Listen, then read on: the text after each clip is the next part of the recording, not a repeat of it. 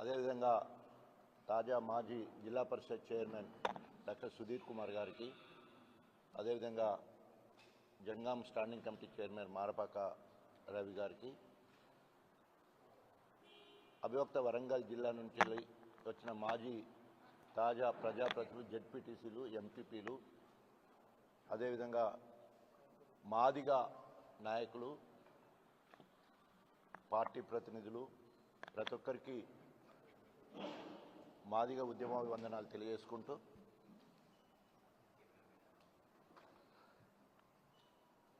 రెండు 2015లో బీజేపీ అధికారంలోకి వస్తే 100 రోజుల్లో ఎస్సీలను ఏబీసీలుగా వర్గీకరిస్తా అని చెప్పేసి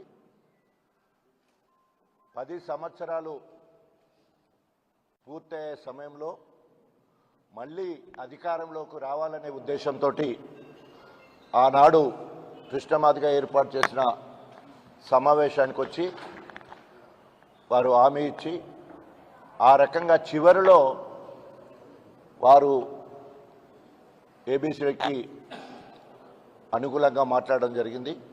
కానీ భారతదేశంలో ఉన్న 47 రాజకీయ పార్టీలు, అనేక కుల సంఘాలు, ఉద్యమ పార్టీలు అందరూ కూడా మరి ఎస్సీలను ఏబీసీలుగా వర్గీకరించాలి, ఎస్సీ సబ్ కేటగరైజేషన్ను అందరూ కూడా మద్దతు తెలియజేయడం జరిగింది. చివరికి ఆగస్టు 1వ తారీఖు 2023 ఒక చారిత్రాత్మక తీర్పు రావడం జరిగింది. రాజ్యాంగ ధర్మాసనము 7 జడ్జెస్తో కూడిన కమిటీ చంద్రచూడ్ నాయకత్వంలో మరి ఒక చారిత్రాత్మక తీర్పు రావడం జరిగింది. ఎస్సీ సబ్ కేటగరైజేషన్ రాష్ట్ర ప్రభుత్వం బాధ్యతే, వారు ఎస్సీలను ఏబీసీగా వర్గీకరించుకోవచ్చు అని చెప్పేసి తీర్పుని ఇవ్వడం జరిగింది. దేశం మొత్తంలో ఉన్న అన్ని రాజకీయ పార్టీలు హర్షాది వ్యతిరేకాలను తెలియజేయడం జరిగింది. దాంట్లో తెలంగాణలో ఉన్న అన్ని రాజకీయ పార్టీలు మరి మేము సైతం సబ్ కేటగరైజేషన్కు మద్దతుగా ఉన్నామని చెప్పేసి ప్రతి ఒక్కరు కూడా మాట్లాడడం జరిగింది. ఒక్క మాల సామాజిక వర్గం తప్ప, అందులో బీద వాళ్ళైనా లేదా మాల ఉపకులైన వాళ్ళు కాక ఓన్లీ మాల వాళ్ళు మాత్రమే మరి వెంకటస్వామి కుటుంబానికి సంబంధించిన వివేక్ కావచ్చు, వినోద్ కావచ్చు, వంశీ వాళ్ళ వలలో పడి మాయమాటలకు మోసపోయే పరిస్థితి కనబడుతూ ఉన్నది. ఈరోజు సుప్రీంకోర్టు జడ్జిమెంట్ వచ్చి 6 నెలలు, అంటే ఆగస్టు 1వ తారీఖు నుంచి వెళ్ళి ఈ రోజుకు 6 నెలలు పూర్తయిపోయింది. ఈ రాష్ట్ర ప్రభుత్వం రేవంత్ రెడ్డి మాలలను వెనుక నుంచి ప్రోత్సహిస్తూ, నేను మాదిగల ముఖాన్నే ఉన్నా, మాదిగ సామాజిక వర్గం వల్లనే నేను జెడ్పీటీసీ అయ్యా, ఎమ్మెల్సీ అయ్యా, 2 సార్లు ఎమ్మెల్యే అయినా, ఎంపీ అయినా, ఈరోజు ముఖ్యమంత్రి కావడానికి కూడా నా సామాజిక వర్గం ఎవరు కూడా నాకు సహకరించలేదు, మాదిగ సామాజిక వర్గం వల్లనే నేను ఈరోజు ముఖ్యమంత్రిగా అయ్యానని చెప్పేసి ముందు మాట్లాడతాడు. వెనక నుంచి వెళ్ళి మాలలను ఎగేసే ప్రయత్నం చేస్తూ ఉన్నాడు. నేను కేటగరైజేషన్ కోసం నా ముఖ్యమంత్రి పదవి వదులుకోవాలా, ఏఐసిసి లెవెల్లో మాలలకు బలం ఉంది, మరి ఏఐసిసి అధ్యక్షుడు కరిగే మాల, కొప్పుల రాజు సిడబ్ల్యూసి మెంబర్ మాల, వారినేమో మల్లు రవి, బట్టి విక్రమార్క వాళ్ళిద్దరూ రాష్ట్రం నుండి ప్రాతినిధ్యం వహిస్తూ అక్కడ కాకుండా చేయడం, ఇక్కడ రాష్ట్రానికి వచ్చే వరకు వెంకటస్వామి కుటుంబ సభ్యులు ఇక్కడ కేటగరైజేషన్కు అడ్డుపడే సందర్భం కనబడుతూ ఉన్నది.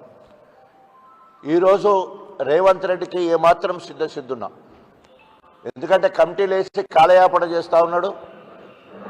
ముందు క్యాబినెట్ సబ్ కమిటీ వేసిండు ఉత్తమ్ కుమార్ రెడ్డి, అదేవిధంగా మరి ప్రభాకర్, సీతక్క, రాజనరసింహ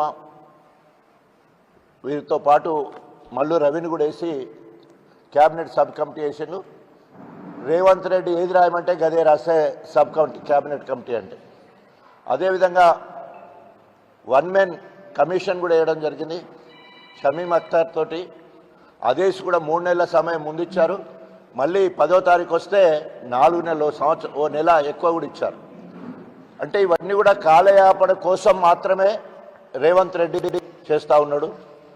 కారణం ఏంటంటే అందరికంటే ముందుగా సుప్రీంకోర్టులో చంద్రచూడ్ ప్రకటన వచ్చిన వెంటనే నిండు సభలో ప్రకటించడం జరిగింది. అందరికంటే దేశంలో అందరికంటే ముందుగా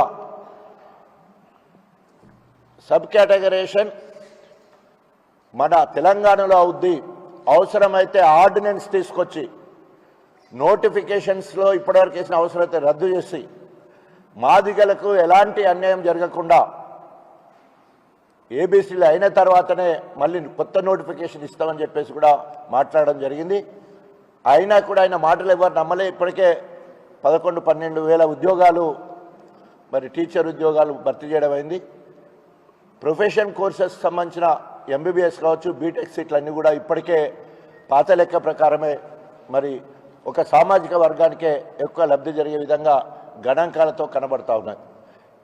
ఇంకా ఎందుకు ఆలస్యం చేస్తున్నాడంటే ఓన్లీ మాలల ఒత్తిడి వల్ల మాత్రమే రేవంత్ చెప్తున్నాడు. ఎందుకంటే ఇప్పటికే 1965లో లాతూర్ కమిషన్ కావచ్చు, 97లో రామచంద్రరాజు కమిషన్ కావచ్చు, ఉషా మెహ్రా కమిషన్ 2007లో కావచ్చు, 5లో కావచ్చు, మొత్తం కూడా ఒక సామాజిక వర్గమే మాలలు మాత్రము రిజర్వేషన్ వల్ల లబ్ధి పొందుతూ ఉన్నారు.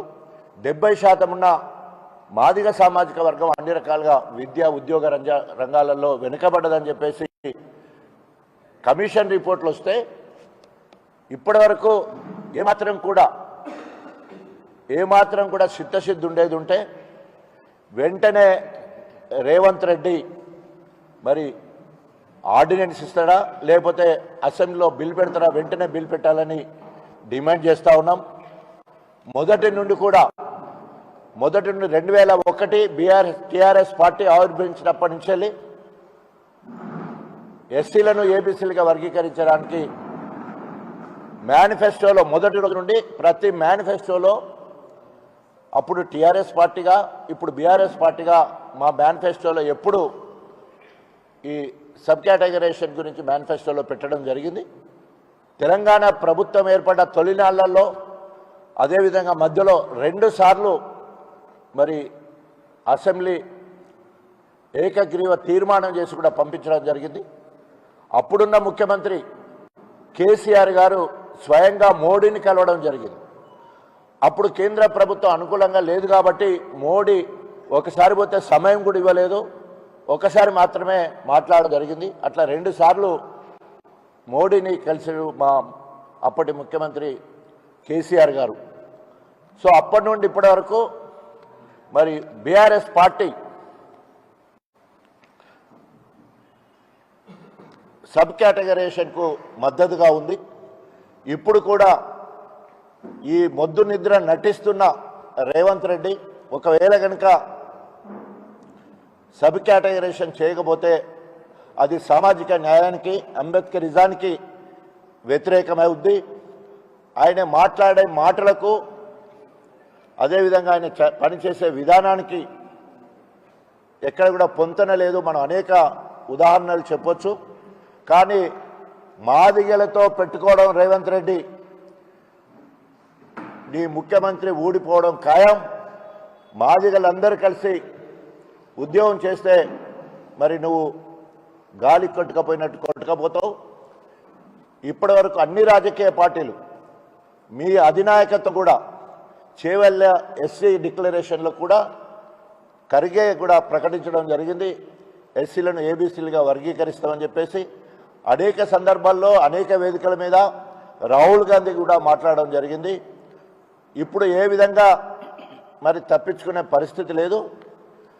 రేవంత్ రెడ్డి గారు ఒక్కవేళ కనుక ఇంకా తాత్పర్యం చేస్తే మరి రాబోయే రోజుల్లో బీఆర్ఎస్ పార్టీ నాయకత్వం ఇచ్చే పిలుపుకు మరి ప్రత్యక్షంగా ఈ కాంగ్రెస్ పార్టీ ప్రభుత్వం ఏబీసీలు వర్గీకరించే వరకు ప్రత్యక్ష పోరాటం చేస్తామని చెప్పేసి హెచ్చరిస్తూ, ఇంకా ఆలస్యం చేస్తే మాదిగలు ఊరుకోరని చెప్పేసి మరొకసారి డిమాండ్ చేస్తూ ఎస్సీలను వెంటనే ఏబీసీలుగా వర్గీకరిస్తూ బిల్ పెట్టాలి లేదా ఆర్డినెన్స్ తీసుకురావాలి. అప్పటి వరకు ఎలాంటి నోటిఫికేషన్స్ ఇవ్వద్దని హెచ్చరిస్తూ సెలవు తీసుకుంటాను. జై తెలంగాణ, జై తెలంగాణ, జై మాదిగా, జై మాదిగా.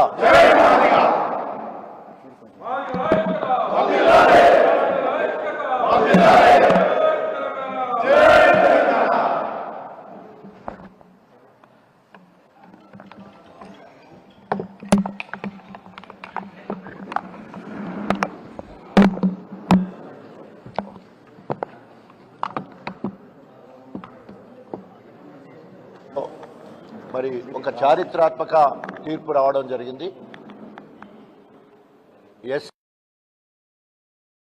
ఇట్లా తీసుకొని ఇదంతా ప్రేమలో రాలేదు, వాళ్ళంతా ప్రేమలో రాదు. ఈ 3-4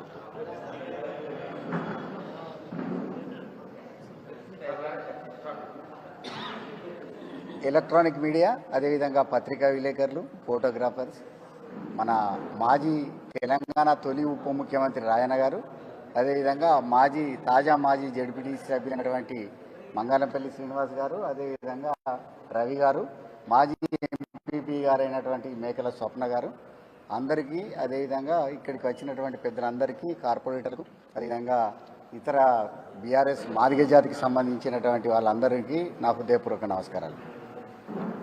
ఇవాళ చిత్తశుద్ధితో పనిచేసేది మాత్రం బీఆర్ఎస్ పార్టీ. ఈ మాదిగ రిజర్వేషన్లు చేసిన పోరాటానికి కావచ్చు, లేకపోతే ఏబిసిడీల వర్గీకరణ కాడి చిత్తశుద్ధితోటి చేసింది మాత్రం బీఆర్ఎస్ పార్టీనే.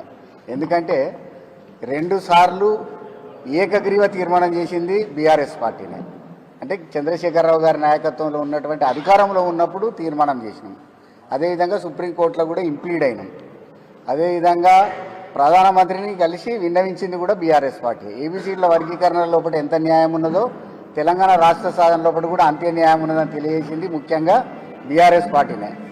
కాబట్టి ఇవాళ చేసేటువంటి ముఖ్యమంత్రి చెప్పిండు అన్ని అడగోలు మాటలు, రకరకాల మాటలు మాట్లాడుతారు ఆయన. ఆనాడు అసెంబ్లీలో డైరెక్ట్ వచ్చేసి నేను ఏబిసిడీలను వర్గీకరణ చేయడానికి సిద్ధమే, అవసరమైతే నేను ఆర్డినెన్స్ తీసుకొస్తానన్నాడు. అవి కూడా అసత్యాలే. ఇవాళ అన్ని హామీలు అసత్యాలతోటే ఉన్నాయి. సిగ్గులేనటువంటి ముఖ్యమంత్రి ఉన్నాడంటే ఇక్కడనే ఈ రాష్ట్రంలో మాత్రమే ఉన్నారని మొత్తం యావత్ ప్రపంచానికి తెలిసింది. కాబట్టి ఆయన ఇప్పటికైనా కూడా ఏబిసిడీల వర్గీకరణ చేయాలి. తర్వాత ఇవాళ ఉండేటువంటి ఏబిసిడీల వర్గీకరణ చేయకుండా ఎటువంటి నియామకాలు చేపట్టద్దు, అదేవిధంగా ఎటువంటి సీట్ల భర్తీ కూడా చేయద్దు. కాబట్టి స్పష్టంగా ఈ డిమాండ్లతోటి మేము ఏదైతే ఉన్నామో ఇవాళ ఉన్నటువంటి బీఆర్ఎస్ పార్టీకి సంబంధించినటువంటి మాదిగలందరూ కూడా ఇవాళ ఏబిసిడి వర్గీకరణకు అనుకూలంగా ఉన్నారు. మాదిగలే కాకుండా ఇతర సమాజం కూడా ఏబిసిడ్ల వర్గీకరణ న్యాయమైన పోరాటం అని గుర్తిరిగింది. కాబట్టి ఈ న్యాయమైన పోరాటానికి మద్దతుగా ఇవాళ బీఆర్ఎస్ పార్టీ ఏదైతే నిర్ణయం తీసుకున్నదో ఆ బీఆర్ఎస్ పార్టీ నిర్ణయాన్ని మీరు ఏకీభవిస్తూ రాబోయే రోజులలో ముఖ్యమంత్రికి కానీ కాంగ్రెస్ పార్టీకి కానీ పూర్తిగా బుద్ధి చెప్పే పరిస్థితి ఉన్నది. వాళ్ళ ఇవాళ కాంగ్రెస్ పార్టీ లోపల ఉండేటువంటి అధినాయకత్వం కూడా మాట్లాడింది, ఇక వర్గీకరణ మేము అనుకున్నామని. ఏది వాళ్ళ ఇంప్లిమెంట్ చేయాలి కదా, అధికారంలో వాళ్ళే ఉన్నారు కదా.